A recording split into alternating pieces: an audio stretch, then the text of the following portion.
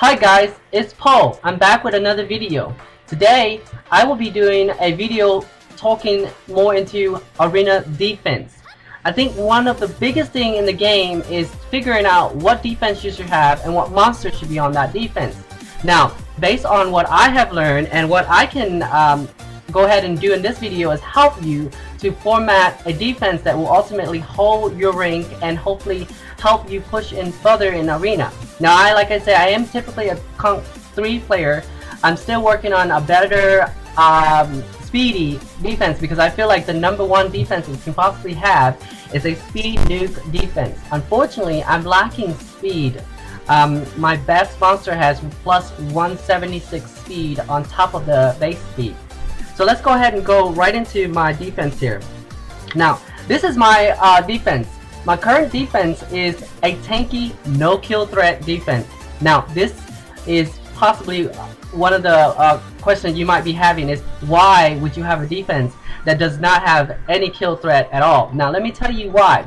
There are two types of defense that can ultimately help you either rank better or deter people from completely not attacking you, allowing you to be able to push higher into ranking by basically succeeding in your arena offense.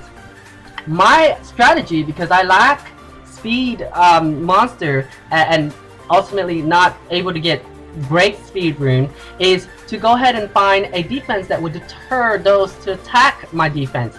And what I've come up with is this particular defense that has worked for me and allowed me to sustain Conk 3 at my level of play.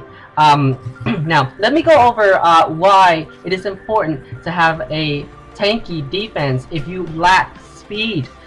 It is because when people are deterred from attacking your arena defense, you're able to climb with your arena offense. So therefore, your rank increases. This is very important as you get further into the game, whether you're beginner or mid or even end game. End game, for that matter, they do use what is a tanky deterring defense at the end of the the rush hour. The reason being is because most people don't want to take their time to kill off the defense when they can just speed nuke everything. Let me go over my runes and explain to you why this defense will be less likely to be attacked. First off, no one wants to attack arena. Right? Let me rephrase that. No one would like to attack arena if they don't have the time to sit there and just kind of like basically take the longest time to possibly kill off this team right here. Is basically, hey, let's not waste our time. Let's move on to the next one where we can speed nuke. That's the whole idea of me setting up this particular arena defense. Let me go over their rune here, okay? So I've got Ladriel. This is my Ladriel stats. It can be better, but I have him on Violent Gar for a reason. Violent, for him to have the most turn possible to actually give the reviver and the health is full usage. Now also, he has a plus 63 speed, which is decent because it gives him more turn advantages if he can actually just violent proc, go faster, and ultimately be the most annoying monster to attack. So that's how you want to build Ladriel if you have one. This is a Nat 5, which most of you may or may not have, so it's a little bit harder to get. The rest are pretty much free to play. If you have played this game for you know, a certain amount of time frame that's not too long, free to play player will be able to get these other monsters. So this is why I'm actually featuring and going over arena defense, because I want to make sure that as much as possible to the free to play player and the most obtainable monster. Now, my Ladriel is on HP, defense. Because the Ladriel scale off of defense, you want to make sure that you have as much defense as possible. That's how he does his damage. Or say like, because I don't have any kill threat, I depend on some of these monsters to be able to do as much damage as possible. So based on my stats, I have plus 30,000 HP, which gives him that tankiness that he can withstand 1 or even 2 Lucian hit depending on how strong the opponent Lucian is. Then you get what is plus 1156 defense, which allows him to be able to be tanky if they can't kill him off in the first move, and that's harder to break his defense. Now his speed is plus 63. Now if you look at these rune right here, this rune right here is a plus 40% HP. His resistance can be grind out to replace with speed, allowing him to get that much more turn. and that is ultimately what I would like to do. But I don't get that often in Raid 5, so what I'll do is I'll wait until I get, you know, if I'm lucky enough to get an enchantment stone to enchant in that speed. Until then, I have to work with what I have, which is the resistant enchantment stone, which he can benefit from. So that's why you see that +6 enchant in there. Now, if you go to his fourth slot 4 here, you'll see his speed can still be grind up a bit. So he's not at his current rune setup maximum potential. But that's why you know, I feel like I could be better in terms of arena and stalling. So stalling, if you have the rune, definitely do it. If you don't have speed rune, and personally in my opinion, speed rune are the most difficult to be able to obtain, and especially when you have like Guardian 1+ with +200 Banars, and you know, it's just really hard to get that. So because I don't have that, I use what is a tanky strategy, which deters people from attacking. And believe it or not, before I built this arena with Eladriel, Brian, Chloe, and Rena, I was doing sort of like Veramos, Eladriel, Escher, some crazy, just kind of like trying to tank off. But I've always tried to work around what is tanky team. I never want to have a speed team on my arena defense because like I said, I don't have that speed factor. Now, before I did the Rena, Chloe, and this whole composition here of defense, I was getting hit like maybe 200 to 200 some odd, like almost 300 every week. I was being hit over 200 to 300, even more every week. And then when I did this particular composition of my arena defense, I was getting hit by half of that, which is less than 150, probably between 150 to maybe like 170. That actually allows me to climb further. I was actually about 2 months ago, less than 2 months ago, couldn't even hold Conk 2, but now I'm consequently like about Conk 3 play. I'm consistently ranking Conk 3. The problem is when I don't do Rush, that's when, you know, I actually fall into Conqueror 2. But I feel like with this particular defense, just changing out a couple of monsters, it allows me to be able to rank better. Of course, when you rank better, you get better rewards, and you know, if you're a free-to-player like myself, you know, crystals are absolutely hard to obtain, so you want to just, you know, rank as best as possible to obtain as many as possible, so you can continue on your gameplay and get more out of your game. So let's go briefly over their rune once more, and then maybe I can go ahead and tell you why and why not, and why I built them the way they are. So if you look at my Brian is actually plus almost 40,000 HP. Why I give Brian so much HP is because he's scaled off of attack. His attack is, or damage dealing rather, is scaling off of HP. So what you want to do is build a high HP Brian, but also factor in that it needs defense in case, you know, because he needs to be as tanky as possible in terms of HP and defense. So as you can see, I have quite a bit of defense on him as well. Now my Brian is only plus 61 speed. He was actually plus 82. I had to sacrifice one of his runes to give to one of my monsters, a junior that I pull, which I'm really working on. She's amazing. But I feel like with him being more HP, I can work on the speed later. But I am constantly working on my monster on a daily basis. So with his stat right now, I'm pretty satisfied.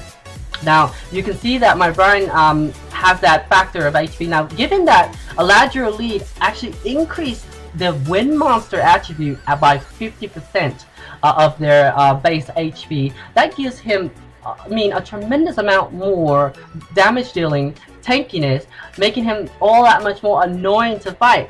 So if you have this type of monster and you can build him, great. Now as you can see, look at the skill up on my Rian. Now Rian first skill, thank heaven, you know, is 1 out of 7, and second skill is 2 out of 6, and the third skill is 3 out of 3. I was very fortunate.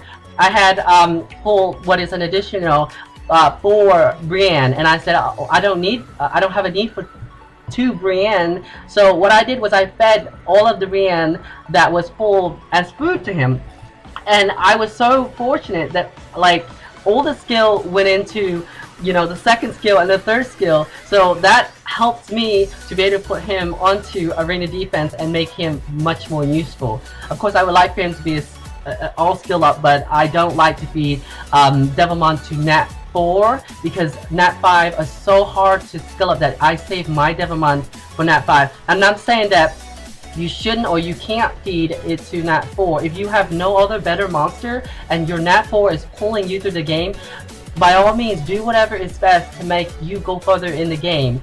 But for me personally, I just save my Devilmon for Nat 5 because I do lack Devilmon. Now these are hits rune, and as you can see, I'm using Broken Despair.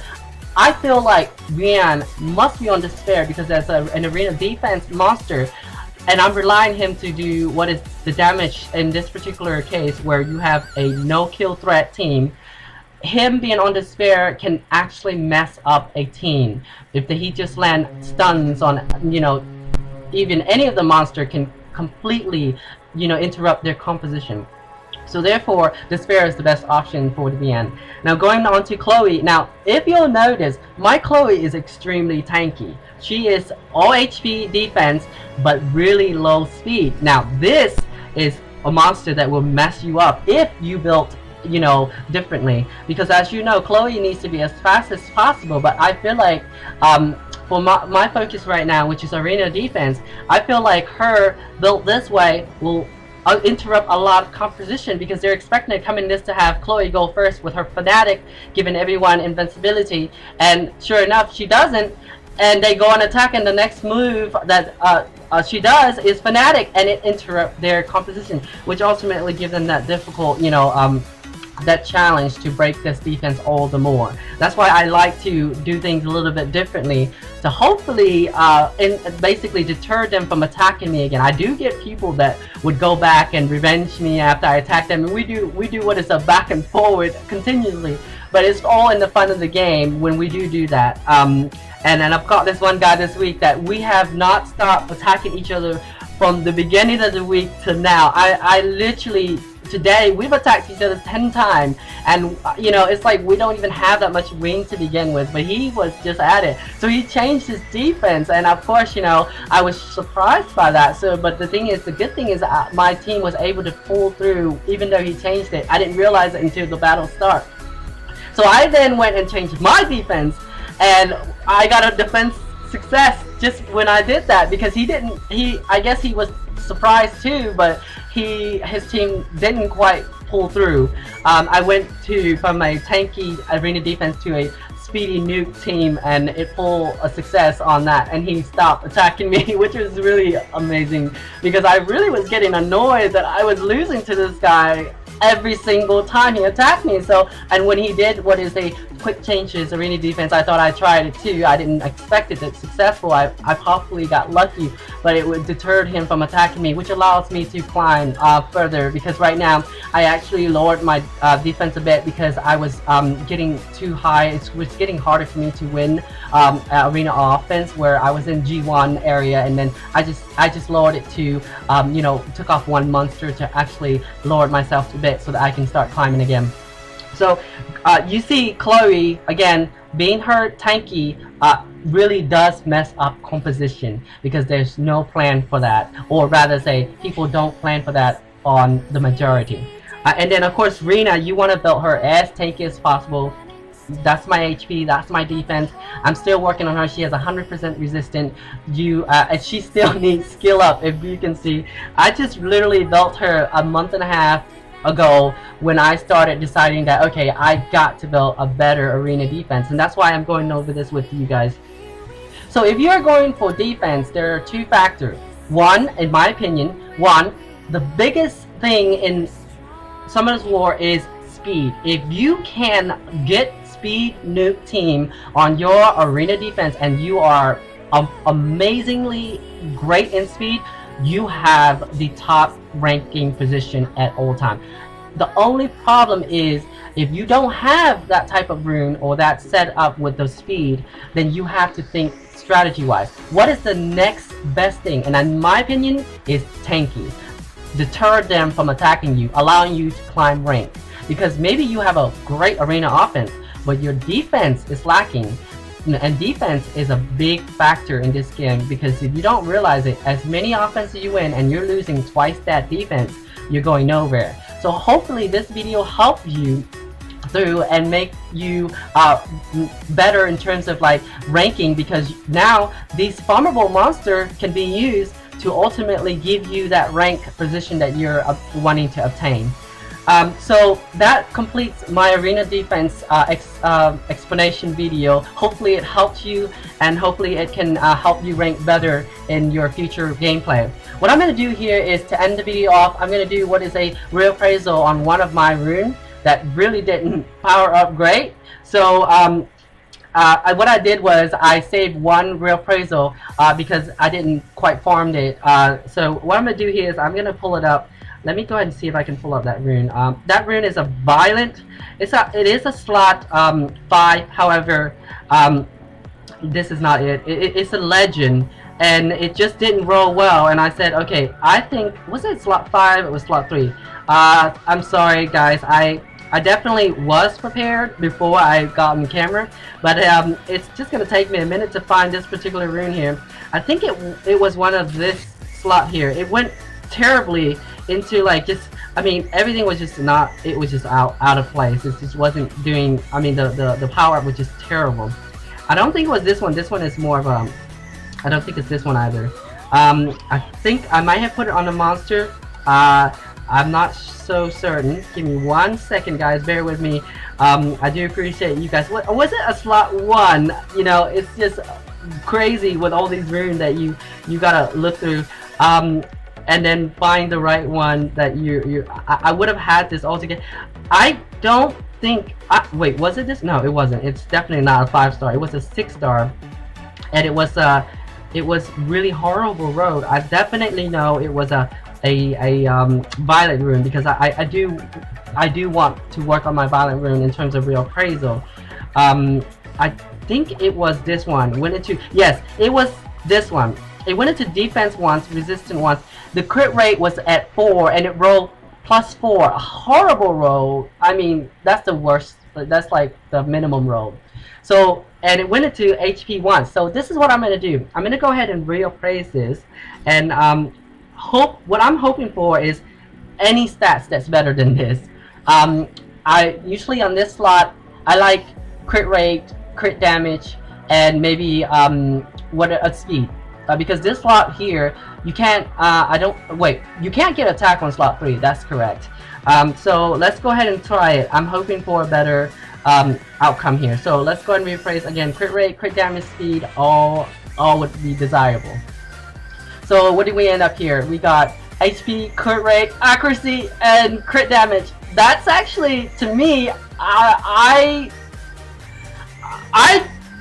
love it, because that accuracy and crit rate, I can grind out the maybe crit damage because it's so low for my Sierra, you know, because my Sierra need accuracy, and I'm telling you, my Sierra only have plus, what is it? She only has 71% accuracy. It's not too low, but it's like not completely high. But when she misses a bomb and she does it back to back, it is so it's so discouraging, because I feel like it happened to me so much today that I was like, I've got to find a better rune for her. So now I went from defense +11, resistance +14, crit rate +8, and HP flat +643 to this amazing HP 13%, 12% crit rate, 20% accuracy, and subsequently 4% crit damage that can be rolled, that could be enchanted speed into. I'm very happy with this rune. So I'm actually going to go ahead and select it and save it, okay? Let's go and do that. Amazing. Well, that's just a bonus to my end of the video. Before I leave here, I want to go ahead and give a shout out to my guild. The guild is called SW Star Guardians. We are a chain guild. We have 7 guild in total. This is the main guild, and my members are amazing. They're all great. I've got some of the best members. They work as a team. They always hit correctly, and they always try to make sure that we go for the win at all times. All of these are my member, and I truly value them and appreciate all of them. They're all great players, all great summoners. some of the top in the game here are within my guild as well, and I'm blessed to have that. And of course, we always have that extra in case, you know, we have one inactive, or maybe something that happens. So just in case, we have that extra members that will be entered in case the event that happened. So again, guys, I do appreciate you coming to my video and supporting me, and hopefully this video helped you along with your gameplay. I am Paul, and I appreciate once again you come to my video. Please subscribe and like for future videos. I look forward to making more videos for you guys, and until then, bye, take care.